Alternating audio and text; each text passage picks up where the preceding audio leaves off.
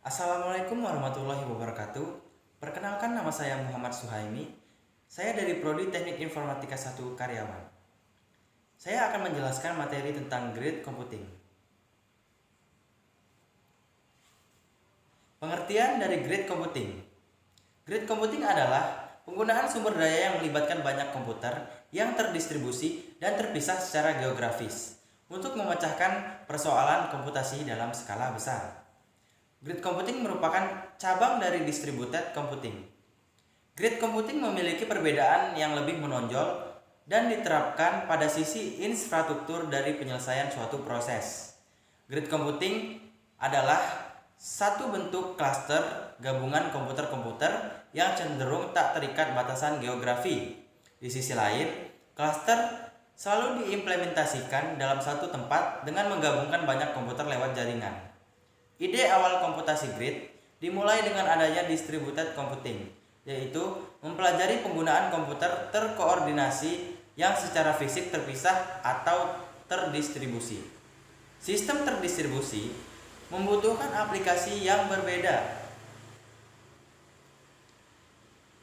Contohnya, yang pertama, scientific simulation. Komputasi grid diimplementasikan di bidang fisika, kimia, dan biologi untuk melakukan simulasi terhadap proses yang kompleks. Yang kedua, medical image. Penggunaan data grid dan komputasi grid untuk menyimpan medical image. Contohnya adalah E-Diamond Project. Yang ketiga, computer aided drug discovery. Komputasi grid digunakan untuk membantu penemuan obat. Salah satu contohnya adalah molecular modeling laboratory di University of North Carolina. Manfaat atau fungsi grid computing. Grid computing menjanjikan peningkatan utilitas dan fleksibilitas yang lebih besar untuk sumber daya, infrastruktur, aplikasi, dan informasi. Dan juga menjanjikan peningkatan produktivitas kerja perusahaan. Grid computing bisa memberikan penghematan uang, baik dari sisi investasi, modal, maupun operating cost-nya. Cara kerja grid computing.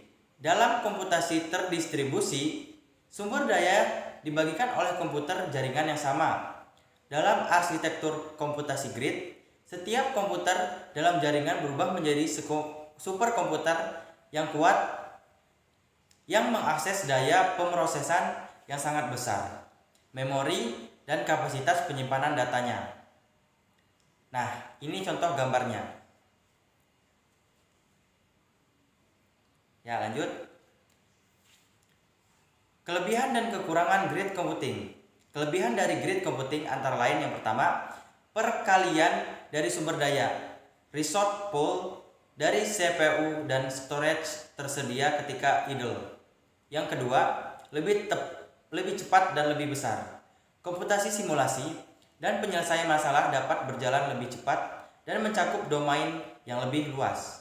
Yang ketiga, software dan aplikasi. Pool dari aplikasi pustaka standar. Akses terhadap model dan perangkat berbeda. Metodologi penelitian yang lebih baik. Yang keempat, data. Akses terhadap sumber data global dan hasil penelitian lebih baik. Yang kelima, ukuran dan kompleksitas dari masalah mengharuskan orang-orang dalam beberapa organisasi berkolaborasi dan berbagi sumber daya komputasi, data, dan instrumen sehingga terwujud bentuk organisasi baru yang virtual organization. Yang keenam, organisasi virtual sebagai hasil kolaborasi memberikan beberapa keuntungan lebih lanjut. Di antaranya yang pertama, sumber daya dan orang-orang yang tersebar. Yang kedua, dihubungkan oleh jaringan melintasi domain-domain admin. Yang ketiga, berbagi sumber daya tujuan bersama. Yang keempat, dinamis. Yang kelima, fault toleran. Yang terakhir, tidak ada batasan-batasan geografis. Kekurangan dari grid computing. Yang pertama adalah studi kasus di Indonesia. manajemen institusi yang terlalu birokratis menyebabkan mereka enggan untuk merelakan fasilitas yang dimiliki untuk digunakan secara bersama agar mendapatkan manfaat yang lebih besar bagi masyarakat luas.